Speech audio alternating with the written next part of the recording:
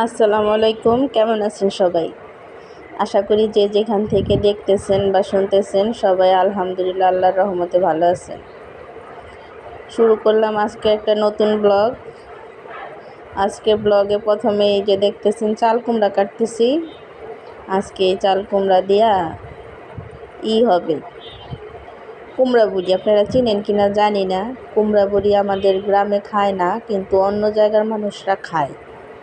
দেখছি অনেক মজা, আমি খাইয়া দেখছি, আমার অনেক ভালো লাগছে। অন্য মানুষ পাশের একজন আইনা খাওয়াইছে, এখন তার কাছ থেকে শুনছিলাম, সেই অনুযায়ী বানানোর চেষ্টা করব আজকে আমি কুমড়া বড়ি। বাজারে যাইয়া রীতিমতো নিয়ে আসছি খেসারি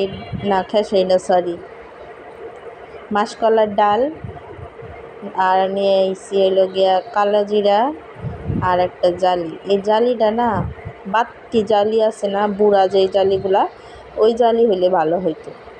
কিন্তু আমি জালি কিনতে গিয়া দোকানদার আঙ্কেলরে বলতেছি, আঙ্কেল একটু বাত্তিগুলা হইব না, জালির দাম 30 টাকা। দোকানদার আঙ্কেল বলতেছে, কয় তুমি যদি আমার 1000 টাকাও দাও, তা আমি ওই বুড়া বাত্তি জালি আইনা দিতে পারবো না। তো কী করার, আমি এই জালি কিনে নিলাম। এই যে জালি নিয়ে নিচ্ছি, জালির এই ভিতরের বিচিগুলা সুন্দর করে ফালাই দিতে হইব। ফালাই দিতেছি, দেখেন রাখার জন্য একটা প্লেট আনছিলাম, তো দেয় না। এখন এগুলো ধুয়ে নিয়ে এসে কুচাই নিব, সুন্দর করে কুচাই নিতে হইব। হাতে কুচাইলেও সমস্যা নাই, কিন্তু আমি মেশিনেই কুচাইতেছি। আমি আবার অত ভালো কুচাইতে পারি না। আলু কুচাইতে পারি সুন্দর করে, কিন্তু পেঁপে, লাউ, জালি এগুলা বেশি সুন্দর হয় না। তাই রিস্ক না নিয়ে মেশিনেই কুচাই নিলাম। তারপর আমার মা আবার এই ডালগুলা ভিজাই রাখছিল, বাড়ছে। এই যে এগুলা দেখেন, পানি একটা সুতি কাপড়ে পেঁচাইয়া কুতা দিয়া ভাড়া দিয়া রাখছিলাম। এখন এই যে এরকম হয়েছে, একদম পানি সব ঝরে গেছে, তারপরে এরকম হয়েছে। এখন এইটা আর ওই যে বাইটা দিছে আমার মা ডাল, ওই ডালটা একদম করে দেখেন বাইটে দিচ্ছে।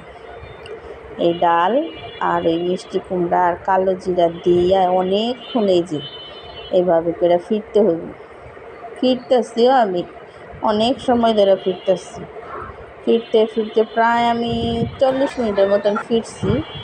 তারপরে এই যে দেখেন বড়ি দিতে লেগে আমার একটু নাজেহাল অবস্থা, শেপ আনতেই পারতেছি না, সুন্দর হইতেছে, এক একটা এক রকম হইতেছে। যাই হোক, খাওয়ার সময় মজা লাগলেই হয়েছে, যদিও প্রথমবার পারছি তাই। তারপরে সকালের খাওয়া দাওয়া তো করি নাই, এটা দেখি একটু লাল শাক ভাজি আছে, এখন কি খামো। মা আবার দুপুরবেলা হলো বুটের ডাল রান্না করবো দেখে সিদ্ধ করে রাখছে প্রেশার কুকারে। চুলাপাড়ে যাই একটা পেঁয়াজ মরিচ কাইটে নিলাম, ধনিয়া পাতা ছিল কুচাই নিচ্ছি, নিয়ে এখন কি ভর্তা বানাবো বলেন তো। এরকম ভর্তা আমি কোনো দিন খাই নাই, আপনারা কেউ খাইছেন কিনা জানি না, খায়া থাকলে কমেন্ট করে জানাইন। আর দেখে যদি ভালো লাগে তাইলে এক সময় বানাইয়া খায়েন। এই যেগুলো পেঁয়াজ মরিচ সব আমি ডলে নিছি, নিয়ে এর ভিতরে কি দিয়ে দিব বলেন, কি ভর্তা হইতেছে, একটা অদ্ভুত ভর্তা। এর ভিতরে দিয়ে দিব হচ্ছে গিয়া সিদ্ধ করা বুটের ডাল দিয়া মাখাই নিলাম। সিদ্ধ ডালটা খাইতে আমার কাছে খুব ভালো লাগতেছিল। পরে মনে হইলো কি যে আমি এটাই পেঁয়াজ মরিচটা ভর্তা বানাই নিয়ে খাই না, শুধু লাল শাক ভাজি দিয়ে সকালবেলা খাইতে ইচ্ছা করতেছে না। পরে এই যে ডালটা ভর্তা বানাই নিলাম, অনেক মজা লাগছে সত্যি কথা। আলহামদুলিল্লাহ, আল্লাহর নিয়ামত সব কিছুই। আল্লাহর নিয়ামত যে এত মজা, এত সুন্দর করে, মানে আমি ভাবিও নাই যে এটা এমন মজা লাগবো। খাইছি আলহামদুলিল্লাহ, অনেক মজা লাগছে। এই যে এগুলা আর আমি ভাত নিয়ে খাইয়ে নিচ্ছি। এর মধ্যে আজকে আবার আমার একটা পার্সেল আসছিলো, আইসে পড়ছে। তো দেখেন পার্সেলটা কি, গেস করেন তো এটার ভিতরে কি আছে। বেশি বড় না, ছোটো মোটো একটা প্যাকেট দেখতেছেন, গেস করতে পারছেন?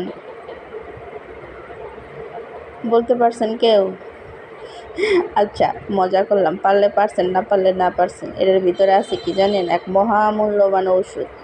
আমার মায়ের ডায়াবেটিস খুব বাড়ছে, এই জন্য যে এই ওষুধটা আমি অর্ডার করছিলাম, ডায়েটস। এখন আল্লাহ ভরসা, দেখি এই ওষুধে কমে নাকি। মায়ের অবস্থা তো দিন দিন ডায়াবেটিস খুব খারাপ করে দিতেছে। তো এটার অনেকেই দেখা এটা নিছি, জানি না কেমন হইব। ভালো হইলে বলবো ইনশাল্লাহ। তারপরে বিকালে এই যে ছাদের থেকে আজকে ভালো রোদ ওঠে নাই, এই কতদিন এত রোদ ছিল জানেন না। আজকে যে আমি বড়িগুলা দিছি ছাদে, আজকে আর রোদ নেই। পরে বিকালবেলায় যে নামাই নিয়েছি এই পর্যন্ত।